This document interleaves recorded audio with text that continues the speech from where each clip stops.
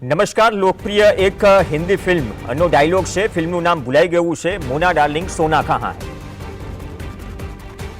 વાત સોના પર થઈ રહી છે છેલ્લા 2 દિવસથી. સોનાના ભાવ તો બટ ઓબ્વિયસ ચર્ચાએ જ રહ્યા હોય અને હજુ કેટલા ઉપર જશે તેને લઈને સવાલો છે. જેને પ્રસંગ સાચવવાના છે તે મૂંઝવણમાં છે કે અત્યારે ખરીદી લઈએ કેમ કે એ જરૂરિયાતનું છે. ઇન્વેસ્ટમેન્ટવાળી વાત થોડી અલગ છે. તો બંને સ્થિતિઓ જુદી છે. પણ સોનાની વાત કેમ આવી? કેમ કે સોનાને લઈને એક દાવો કરાયો હતો બ્લૂમબર્ગના રિપોર્ટમાં કે રૂપિયાને બચાવવા માટે $12 અબજ સોનું ભારતે વેચ્યું. આ રિપોર્ટ જેવો સર્ક્યુલેટ થયો તો પછી પીઆઈબી ફેક્ટ ચેકે પણ કહ્યું કે આ સમાચાર ફેક છે, ખોટા છે. એ સ્નીપ પણ ચલાવજો.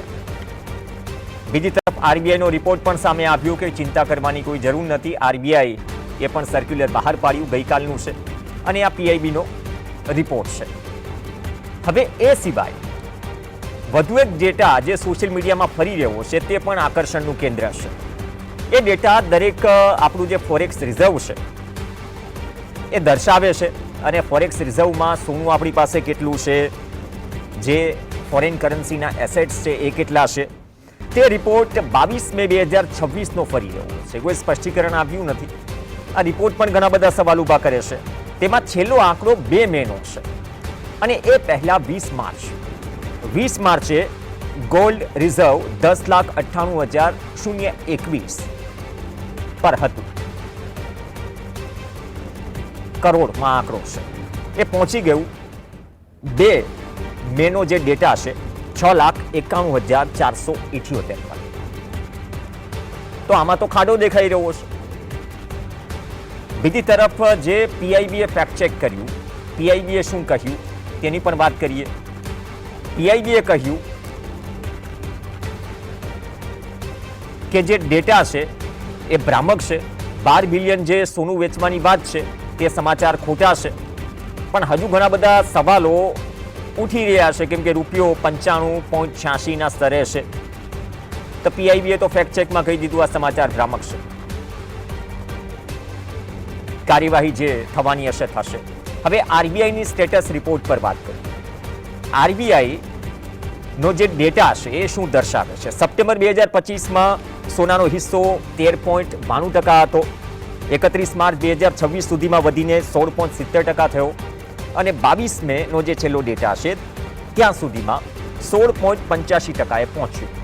તો એમાં સતત વધારો છે. પણ બીજી તરફ વાત તો ડોલર વેચવાની પણ હતી. દાવા ઘણા બધા થયા કે રૂપિયાને 100 તરફ જતા અટકાવવા માટે શું ડોલર વેચ્યા છે. મૂળ મુદ્દો એ પણ છે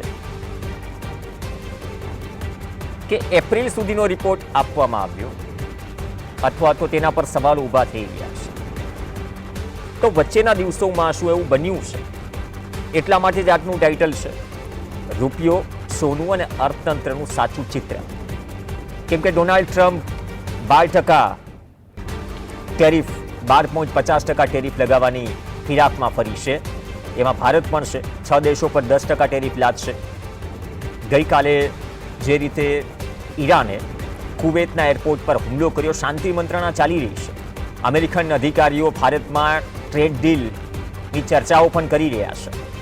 ખાતરના ભાવ 50% ઇન્ટરનેશનલ માર્કેટમાં વધી ગયા અને ટેન્ડર જે ભાવમાં ભરાયું છે ટેન્ડરના આંકડા જોતા એક વાતની ચિંતા થાય, ખાતર આપણે લાવશું પણ એના માટે જોઈશે ડોલર. ડોલર સામે રૂપિયો નબળો છે.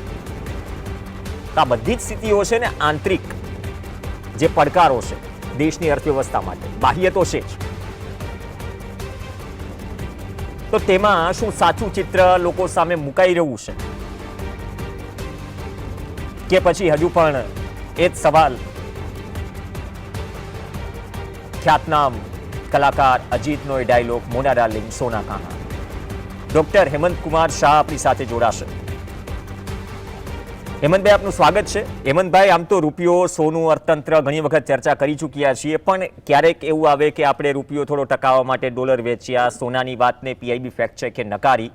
પણ આ ચર્ચા છેલ્લા 2 દિવસથી જે થઈ રહી છે, ઘણા રિપોર્ટ્સ ફરી રહ્યા છે. આરબીઆઈ નો ડેટા પણ આવ્યો છે કે નહીં આપણે ઉત્તરોત્તર રિઝર્વ સોનાનું વધાર્યું છે. બીજી તરફ 1.5 લાખની આસપાસ સોનું છે અને શાંતિ મંત્રણા વચ્ચે કોઈ એવી પરિસ્થિતિઓ લાગી નથી રહી કે સ્થિતિઓ સુધરે. તો આ બધું ચાલી શું રહેવું છે? આ સવાલો ઉદ્ભવતા માત્ર શું આ સવાલોની ચર્ચા માત્ર સોશિયલ મીડિયા પૂરતી જ મર્યાદિત રહી ગઈ છે, અથવા તો ચિત્ર કંઈક જુદું પીરસાઈ રહ્યું છે, અથવા તો આ રિપોર્ટ ખોટો હોઈ શકે જેને નકાર્યો પીઆઈબીએ? બ્લુમબર્ગનો ભારતે સોનું વેચ્યું અથવા તો રિઝર્વ બેન્કે સોનું વેચ્યું અને એના પૈસા એણે સરકારને આપ્યા, એવો જે અહેવાલ છે એ અહેવાલ વિશે ખાતરીપૂર્વક તો આપણે કશું કહી શકતા નથી. સરકાર તમે કહો છો એમ રદિયો આપે છે કે ના આવું કશું થયું નથી, એટલે આપણે એવું માની લઈએ અને સરકાર સાચી છે એવું પણ માની લઈએ કદાચ. પણ અગત્યનો મુદ્દો એ છે કે જો બ્લુમબર્ગ જેવી માતબર અને પ્રખ્યાત સંસ્થા એ આવો અહેવાલ આપતી હોય તો એનો અર્થ એ કે દાળમાં કંઈક કાળું છે. હવે આ કાળું શું છે એ આપણને સમજાતું નથી, કારણ કે એક બાજુ આ દાવો છે અને બીજી બાજુ દાવાનો નકાર છે. હવે સવાલ એ છે કે રિઝર્વ બેંક પાસે કેટલું સોનું છે. હવે જુઓ કે આ 1 લાખ કરોડ રૂપિયાનું સોનું વેચ્યું તો એનો અર્થ એ થાય કે 10 અબજ ડોલરનું સોનું વેચ્યું, એવો એનો અર્થ થાય. બરાબર? હવે સવાલ એ છે કે આપણી પાસે જે વિદેશી ઊંડિયામણની અનામતો છે એ લગભગ 760 અબજ ડોલર જેટલી છે, અને એમાંથી વિદેશી ચલણની અસ્કામતો એટલે ડોલર, પાઉન્ડ, યેન, યુઆન વગેરે, યુરો, એ બધી કેટલી છે તો લગભગ 580 અબજ ડોલર છે. એટલે એનો અર્થ એ થયો કે 180 અબજ ડોલરનું સોનું છે આપણી પાસે, અને આ જો 1 લાખ કરોડ રૂપિયાનું સોનું વેચ્યું હોય તો એ 10 અબજ ડોલર થયા. એટલે 180 અબજ ડોલરના સોનામાંથી 10 અબજ ડોલરનું સોનું વેચ્યું હોય તો એ કઈ બહુ મોટી વાત છે હું માનતો નથી. બરાબર? એક અર્થશાસ્ત્રના વિદ્યાર્થી તરીકે, કારણ કે એ તો જેટલું સોનું છે બરાબર એના 5% જેટલું થયું લગભગ, એ કોઈ બહુ મોટી રકમ ના કહેવાય. આપણને 1 લાખ કરોડ રૂપિયા બહુ મોટા લાગે છે અને છે, હું ના નથી પાડતો. હવે સવાલ ઉભો એ થાય છે કે એને શું કરવા વેચ્યું, જો વેચ્યું હોય તો, અને વેચીને એ પૈસા કોને આપ્યા? બરાબર? તો એને સરકારને આપ્યા. હવે રિઝર્વ બેંકનો જે કાયદો છે એ કાયદો એવું કહે છે કે ભારત સરકાર જ્યારે માંગે ત્યારે રિઝર્વ બેંકે પૈસા આપવાના થાય, જેટલા માંગે એટલા આપવાના. રિઝર્વ બેંક ના પાડે એવું બને નહીં. બરાબર? હવે કોક તો એવું હોવું જોઈએ ને ભારત સરકાર પાસે કે જ્યાંથી માંગે તેટલા પૈસા મળે. હવે સવાલ ઉભો એ થાય છે કે ભારત સરકારે આવા પૈસા માંગવા શું કરવા પડે, અને રિઝર્વ બેંક શા માટે? સાહેબ, આ રિપોર્ટ, આ જે રેકોર્ડ બ્રેક ડિવિડન્ડના સમાચાર આવ્યા, આ રેકોર્ડ બ્રેક ડિવિડન્ડ જે આરબીઆઈએ સરકારને ચૂકવ્યું, હા, આ જે સમાચાર આવ્યા એ પછી 4 કે 5 દિવસ કે 6 દિવસ પછીના સમાચાર છે જેને રદિયો આપ્યો છે. એ ડિવિડન્ડ ચૂકવ્યું છે આરબીઆઈએ સરકારને. જો ડિવિડન્ડની વાત જુદી છે. ડિવિડન્ડ તો એટલા માટે આપે છે કે રિઝર્વ બેંકને નફો થાય. નફો કેમ થાય એ કહેતો કે ઓછા ભાવે ડોલર ખરીદે છે, વધારે ભાવે ડોલર વેચે છે, એટલે નફો થાય છે. અને એટલા માટે એ જે પૈસા છે એ પૈસા એ સરકારને ડિવિડન્ડ તરીકે આપે છે. એટલે એ એક જુદો જ મુદ્દો છે. સવાલ એ છે કે આ સોનું વેચીને શું કરવા આપ્યા, જો આપ્યા હોય તો. એ તો એ છાપી નહીં આપી શકત. ભારત સરકારે બજેટમાં ખાધ બતાવેલી છે, ડેફિસિટ બતાવેલી છે, જેને પ્રાઇમરી ડેફિસિટ કહે છે. એટલે એ જે પ્રાઇમરી ડેફિસિટ છે, પ્રાથમિક ખર્ચ, એ પૈસા ક્યાંથી આવે છે? એ પૈસા તો રિઝર્વ બેંક પાસેથી જ આવે છે. બરાબર? તો એ પ્રાથમિક ખાધ વધે તો એમાં શું વાંધો છે? સવાલ ત્યાં છે કે સરકારે આ ખાધ પુરવણી ખરેખર કરી છે કે નહીં, એ જો આપણને ખબર પડે તો આપણે એનું કંઈક એનાલિસિસ કરી શકીએ. મારો મુદ્દો કહેવાનો એ છે કે જો સરકારે આવી રીતે 1 લાખ કરોડ રૂપિયા લીધા હોય અને સરકારે વાપરવાની હોય તો તો સવાલ એ છે કે એ ક્યાં વાપરે છે, પહેલો મુદ્દો. બીજો મુદ્દો એ કે સરકાર પૈસા વાપરે તો એ લોકો પાસે આવે, લોકો પાસે આવે એટલે લોકો વાપરે એટલે બજારમાં ડિમાન્ડ ઊભી થાય. વસ્તુઓનું ઉત્પાદન થયું ના હોય તો ભાવ વધે એટલે ફુગાવો થાય. એટલે ફુગાવો થવાનું એક વધારાનું કારણ ઊભું થાય છે અર્થતંત્રમાં. કારણ કે અર્થતંત્રમાં નાણાંનો પુરવઠો વધે છે, રિઝર્વ બેંક પાસેથી પૈસા આવી રહ્યા છે સરકાર પાસે, એનો અર્થ જ એવો થાય છે કે નાણાંના પુરવઠામાં વધારો થાય છે. તો આ નાણાંનો પુરવઠો વધ્યો એને પરિણામે ભવિષ્યમાં ભાવ વધવાના 2-4 મહિનામાં. બરાબર. હવે એક બાજુ આપણે ઓલરેડી ખાસા ફુગાવાનો અનુભવ કરી રહ્યા છીએ. ખાવાના તેલના ભાવ વધ્યા, બીજી અનેક ચીજોની ના ભાવમાં વધારો થયો છે, પેટ્રોલ ડીઝલના ભાવમાં વધારો થયો છે, રાંધણ ગેસના ભાવમાં વધારો થયો છે, કોમર્શિયલ રાંધણ ગેસના ભાવમાં જબરજસ્ત વધારો થયો છે. આ બધાને પરિણામે સરવાળે ફુગાવાનો દર ઊંચો જવાનો છે, એમાં કોઈ શંકા નથી. જે ગઈકાલે એક આંકડો આવ્યો સાહેબ, એમાં જ એક જોડી દઉં કે મે મહિનામાં પેટ્રોલ ડીઝલ નું વેચાણ વધ્યું 4% અને 6% પેટ્રોલ અને ડીઝલ અનુક્રમે આવ્યા, અને 24%ની આસપાસ બહુ મોટો ઘટાડો સિલિન્ડરની ખરીદીમાં છે. એ મુદ્દો પણ આમાં જોડી દઈએ કે મે મહિનાનું જે આંકલન થયું આ બધી જ પરિસ્થિતિઓમાં જે સલાહો આપવામાં આવી અથવા તો જે ઈંધણની પરિસ્થિતિ, અમે એક વસ્તુ સમજવાની જરૂર છે કે પેટ્રોલ ડીઝલના ભાવ વધે છે તેથી સ્કૂટરનું, બાઇકનું, કારનું વેચાણ ઘટતું નથી. બરાબર.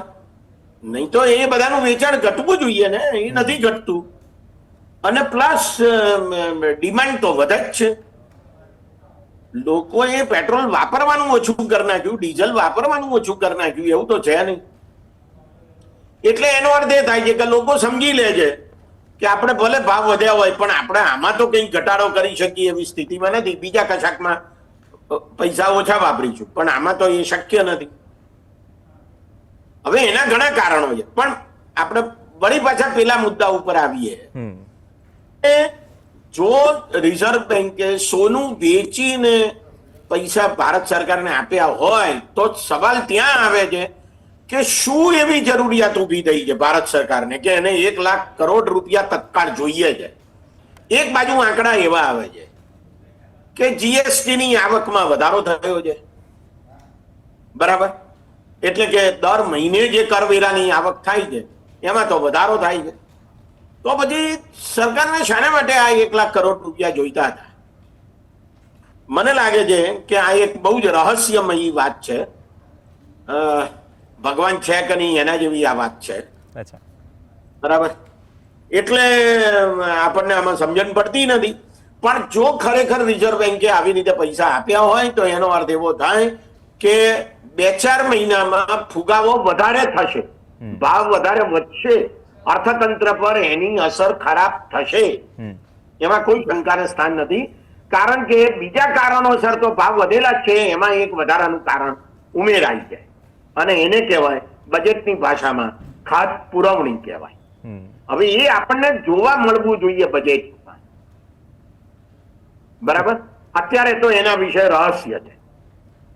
આવતીકાલે કદાચ 5 જૂન છે તો આરબીઆઈની જે મીટિંગ મળી રહી છે આ 3 દિવસીય, એમાં ઈએમઆઈ વધારવો કે નહીં, રેપો રેટ ઘટાડવો વધારવો, શું છે શું નહીં. જે પીટીઆઈનો એક મોટાભાગના એક્સપર્ટ્સને સંકલિત એક ગઈકાલે સર્વે આવ્યો કે કદાચ સ્ટેબલ જ રાખશે, વધઘટ નહીં કરે જે પરિસ્થિતિઓ છે એમાં. એ બાબતે આપનું શું માનવું છે? આવતીકાલે આરબીઆઈ રેપો રેટને લઈને અત્યારની જે સ્થિતિ છે અથવા તમે જે મહિના 2 મહિના પછીની સ્થિતિ ફુગાવાની કીધી, કેમ કે હોલસેલ પ્રાઇસ ઇન્ડેક્સ તો આપણે જોયો, હવે છૂટક તેમાં તેની અસર આવવાની છે.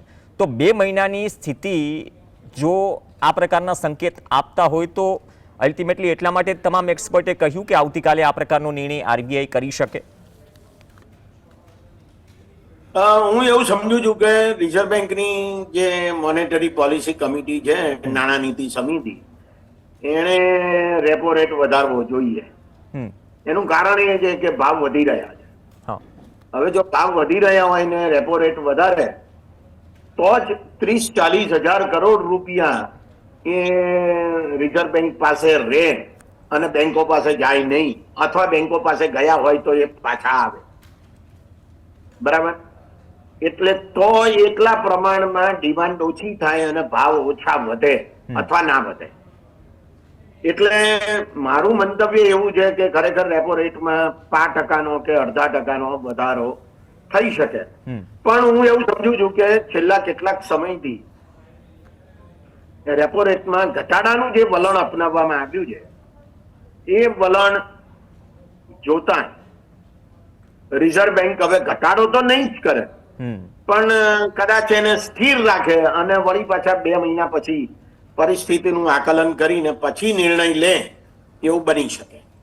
કેમ કે આ મધ્યમ વર્ગમાં જે ઈએમઆઈ વધવાની કે એ જે વાત છે ને, એ જે મેસેજ અત્યારથી કદાચ એ મોંઘવારીનો જઈ રહ્યો છે 8-10 રૂપિયાની આસપાસ જ્યારે ઈંધણ મોંઘું થઈ જાય, તો એ પણ એક કોઈ બી સરકાર સામે ચેલેન્જ હોય છે. ઇકોનોમિકલી તો જે સ્ટેપ્સ લેવાના હોય એ આરબીઆઈ અથવા તો નાણાં મંત્રાલય લેતું હોય છે, પરંતુ એક એ પોલિટિકલ વિલ પણ આવી જાય છે એમાં, જે પરિસ્થિતિમાંથી આપણે પસાર થઈ રહ્યા છે. જો રેપો રેટ ઘટે તો ઈએમઆઈ ઉપરનો જે વ્યાજનો દર છે એ ઘટવો જોઈએ. હવે કેટલી બેંકો ક્યારે ઘટાડે છે એ મોટો સવાલ છે. બરાબર, એ તરત ઘટાડતી નથી. દાખલા તરીકે રેપો રેટ આજે ઘટ્યો, બરાબર, તો 2-5 દાડામાં જ બેંકો પોતાના વ્યાજના દર ઘટાડી નાખે છે એવું બનતું નથી. એટલે ઘણી બેંકો નથી ઘટાડતી એવું પણ બને છે, અને ઘટાડે છે તો 1-2 મહિના પછી ઘટાડે છે. બરાબર, એની અસર લોકો પર આવતા તો વાર લાગે છે. આ જે વચગાળાનો સમય છે એ ભારે અનિશ્ચિતતાનો સમય છે એવું મને લાગે છે. અને બીજો સવાલ એ છે કે જે કંઈ રાહત મળે છે વ્યાજના દરમાં વધારા ઘટાડાથી, આ લોન પરના વ્યાજના દર, એ કુલ જે ખર્ચો છે લોનનો, વ્યાજનો, એના સંદર્ભમાં એ બહુ ઓછો હોય છે. એટલે એની જે અસર થવી જોઈએ ને એ બહુ જ માર્જિન ઉપર હોય છે, બહુ નાની ઓછી હોય છે. દાખલા તરીકે મારો 25,000 રૂપિયાનો હપ્તો ચાલતો હોય દર મહિને, કે મેં 25 લાખની કે 30 લાખની હોમ લોન લીધી હોય અને મારો 25,000 નો હપ્તો આવતો હોય દર મહિને, હવે એમાં 100 રૂપિયા જેટલો વધારો થાય અથવા ઘટાડો થાય તો એ મારી વપરાશની તરાઉ પર બહુ મોટી અસર કરે છે એવું બનતું નથી. હા, 1,000-1,200 રૂપિયા વર્ષે બચે છે અથવા 2,000 બચે છે અથવા વધારે વપરાય છે, એટલી અસર થાય, એનાથી વધારે અસર થતી નથી. પણ જો વ્યાજનો દર વધે છે તો એનો અર્થ એવો તો ચોક્કસ થાય છે કે એટલા પ્રમાણમાં મારી વ્યાજની વપરાશ વધે છે, એટલે બીજે ક્યાંક હું મારી વપરાશ ઓછી કરું, અને એટલી વસ્તુઓની વપરાશ ઓછી થાય, ડિમાન્ડ ઓછી થાય, તો એનો અર્થ એવો થયો કે એ બધી વસ્તુઓના ભાવ ઘટવાની શક્યતાઓ વધી જાય. આવું બની શકે છે, પણ આ બધા કિસ્સામાં સાચું બને છે એવું નથી. એટલે રેપો રેટ ઘટે તો અને રેપો રેટ વધે તો એની અર્થતંત્ર ઉપર જે અસર થવી જોઈએ બહુ ઝડપથી થાય છે એવું આપણને દેખાતું નથી. જી, બીજું કે ડોલર અને ગોલ્ડ વેચવાના દાવાઓ વચ્ચે રૂપિયાની સ્થિતિ કઈ રીતે જોઈ રહ્યા છો આપ? કેમ કે એક તરફ ત્યાં 12.50% ટેરિફની વાતો ચાલી રહી છે, યુદ્ધના હજુ ઠેકાણા નથી કે શાંતિ મંત્રણા થઈ રહી છે, બાદ નજર રાખી રહ્યા છે કે હોર્મુઝ ક્યારે ખુલશે, આજે ખુલશે કે કાલે ખુલશે. અમેરિકન ડેલિગેશન આવ્યું છે, ટ્રેડ ડીલ પરની જે ચર્ચાઓ છે, પિયુષ ગોયલનો જે સ્ટેટમેન્ટ લાસ્ટમાં આવ્યું કે મોટા ભાગે બધું થઈ ગયું છે, ટેકનિકલિટીઝમાં કામ થઈ રહ્યું છે, એ ટ્રેડ ડીલને લઈને ઘણા બધા સવાલો ઉઠ્યા હતા. તો આવનાર સમયમાં આ બધી જ વસ્તુ એકસાથે થઈ રહી છે, તો રૂપિયો આનાથી સુધરવાની સ્થિતિમાં છે તો કેટલો સમય લાગશે? કેમ કે ખરીફ સિઝન ચાલુ છે, જે ટેન્ડર ભરાયા છે ફર્ટિલાઇઝરના, 50% જેટલો ઇન્ટરનેશનલી ભાવ વધી ગયો, એ ડોલરથી જ આપણે ખરીદવાના છે, જરૂરિયાત છે, જેમાં આપણે આત્મનિર્ભર નથી. તો ત્યારે એ સ્થિતિમાં રૂપિયો સુધરવાની અથવા તો મજબૂત થવાની સ્થિતિ અને અવકાશ કેટલા સમયમાં આપ જોઈ રહ્યા છો? જો રૂપિયો ઘટતો અત્યારે 97ની નજીક છે, બરાબર, અને ઇફેક્ટિવલી જો તમે જાઓ ખરીદવા વેચવા તો આપણને ખબર પડે છે કે એ 97 કરતા થોડો વધારે છે. એટલે 100 ની નજીક પહોંચી ગયો છે એવું આપણે માટે તો કહેવાય ગ્રાહક તરીકે. જો તમે ડોલર જોઈતા હોય તો અત્યારે લગભગ 99-100 માં તમને $1 મળે છે.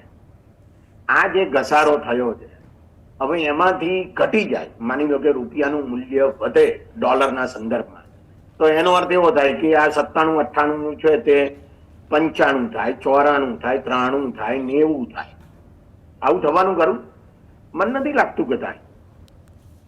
યુદ્ધ પૂરું થઈ જાય તોય નહીં થાય. એનું કારણ શું છે? એનું કારણ એ છે કે તમારી આયાત તો વધે છે, નિકાસ એટલી વધતી નથી, ડોલરની ડિમાન્ડ વધે છે, તો ડોલરના ભાવ વધવાના જ છે, એમાં કોઈ શંકાનું સ્થાન છે જ નહીં. એટલે માની લો કે આવું થઈ ગયું, 97 ને 90 થઈ ગયા. હવે તમે જુઓ કે આ 97 આયા ક્યાંથી? ભાઈ એ તો 80 હતા ને 97 થયા છે છેલ્લા 1 વર્ષમાં. તો તમે 80 એ પહોંચવાના છો? નથી પહોંચવાના. એટલે તમે 90 એ પહોંચો ને તમે એમ કહો કે રૂપિયો સુધર્યો, તો નથી સુધર્યો, તો બગડેલો હતો ને સુધરે થોડો એમ કહેવાય. એટલે આ વાસ્તવિકતા આપણે સમજવાની જરૂર છે કે આપણી આયાત વધારે છે, આયાતનો ખર્ચ વધારે છે, એટલે ડોલરની ડિમાન્ડ વધારે છે ને માટે ડોલરના ભાવ વધે છે. આ બહુ સ્પષ્ટ છે. એટલા માટે સીધી ને સિમ્પલ વડાપ્રધાને સલાહ આપી છે. એવું કહી શકાય, એવું કહી શકાય. નહીં, એનું કારણ છે, એનું સાહેબ કારણ છે કે નિર્મલા સીતારમણ સંસદમાં બોલ્યા હતા ને, ખેડૂતોનો પાકનું ધિરાણ 3 લાખના 5 લાખ થઈ જશે. અહીંયા તો એક ભવિષ્યમાં ધારાસભ્ય બનશે ને ચૂંટણી પ્રચારમાં કિરીટ પટેલે તો દાવો આપી પણ દીધા અને બાદમાં ઉઘરાણી પણ કરી કે 5 લાખ હજુ અપાતા નથી એવી ફરિયાદો છે. એટલે જે પોલિસી મેકિંગમાં તમે જે રેપો રેટ ઘટવા કે વધવાની બાબતને ખાસ તો ઘટવામાં ઇફેક્ટિવલી લાગુ કરે છે કે નહીં, બેંકો એક તો મુદ્દો છે, એ સમય લાગે. એ જ રીતે જે ત્યાંથી બોલાય છે એ પણ એક સમય લાગે છે પહોંચતા. જુઓ તમે ખેડૂતોની વાત હવે અત્યારે કરવા જેવી નથી, કારણ કે એક તદ્દન જુદો મુદ્દો છે. એમ તો વડાપ્રધાને એવું નહોતું કીધું કે 5 વર્ષમાં આવક બમણી થઈ જશે. નહીં, હવે તો શિવરાજસિંહ ચૌહાણે 8 ગણી ગણાવી દીધી સાહેબ. સંસદમાં હમણાં જ બોલ્યા છે છેલ્લા સંસદના સત્રમાં. મારો કહેવાનો જ એ મુદ્દો છે કે આવા ગપગોળા ચાલ્યા જ કરે છે અને છતાં તમે એમ કહો છો કે ખેડૂતોનો વિકાસ થઈ ગયો છે. અત્યારે ગુજરાતમાં શું હાલત છે? ખેડૂતો આંદોલન ઉપર ઉતરી આવ્યા છે કે નહીં? કારણ કે એમના ખેતરોમાં વીજળીના થાંભલા કંપની, ખાનગી કંપની એમને પૂછ્યા વગર નાખી દે છે. આ તો એના જેવી વાત થઈ ને કે તમારા મારા ઘરમાં કોઈક આવીને બેસવા માટે થાંભલો નાખી દે. આવું તો કઈ ચાલતું હશે? જેની માલિકીની જમીન છે એને તમારે પૂછવાનું જ નહીં અને એને કશું વળતર પણ નહીં આપવાનું. એટલે આ તો દાદાગીરી છે ને ગુંડાગીરી. એટલે મારો કહેવાનો મુદ્દો એ છે કે રૂપિયાનું અવમૂલ્યન ચાલુ રહેવાનું, ભાવ વધવાના અને જે સામાન્ય લોકો છે એમની ખરીદ શક્તિમાં જબરજસ્ત ઘટાડો થવાનો. એટલે દેશના 80 થી 100 કરોડ લોકો એવા છે કે જેમની ખરીદ શક્તિમાં જોરદાર ઘટાડો થશે. અર્થશાસ્ત્રમાં એને વાસ્તવિક આવક કહેવામાં આવે છે. ઓકે, કે તમારી જે નાણાકીય આવક છે, તમે 10,000 રૂપિયા કમાવજો દર મહિને, તો એમાંથી કેટલી ચીજો ખરીદી શકો છો, એને ખરીદ શક્તિ કહેવાય, એને વાસ્તવિક આવક કહેવાય. ઓકે, તો ભાવ વધે અને તમારી આવક એટલી ને એટલી જ રહે 10,000 રૂપિયા, તો એનો અર્થ એવો થયો કે પહેલા જેટલી ખરીદી કરી શકતા હતા તમે 10,000 રૂપિયામાં, એટલી ખરીદી હવે તમે નથી કરી શકવાના. રાઈટ. એટલે ખરીદ શક્તિ ઘટી, વાસ્તવિક આવક ઘટી, ભલે નાણાકીય આવક સ્થિર છે. આ મુદ્દો એ આ દેશના 80 થી 100 કરોડ લોકો માટે બહુ જ મહત્વનો છે. અને બહુ એટલા માટે જ આ કદાચ કન્ક્લુઝન હતું આ ડાયલોગ, એટલા માટે જ આજે ચર્ચા કરવી પડી કે રૂપિયો, સોનું કે અર્થતંત્રનું સાચું ચિત્ર જે કદાચ અત્યારે દેખાઈ નથી રહ્યું અથવા તો ચશ્મા કંઈક અલગ પહેરાવાઈ રહ્યા છે, શું એ પ્રકારની સ્થિતિ છે. તો આવનાર સમય માટે આરબીઆઈ સરકારથી માંડીને જનતા કેટલી તૈયાર છે પડકારજનક સમય માટે અને પડકારજનક સ્થિતિ માટે, એના ઉપર એટલીસ્ટ ચર્ચા તો થવી જોઈએ. દાવાઓ આવે છે પણ એ ઘરે આવનાર સમયમાં કેટલા ઉતરે છે તેના પાછળ પણ સવાલ લાગેલો છે. ધન્યવાદ ડૉક્ટર હેમંતકુમાર શાહ ચર્ચામાં જોડાયેલા. આ સાથે ચર્ચામાં હાલ બસ આટલું જ. નમસ્કાર.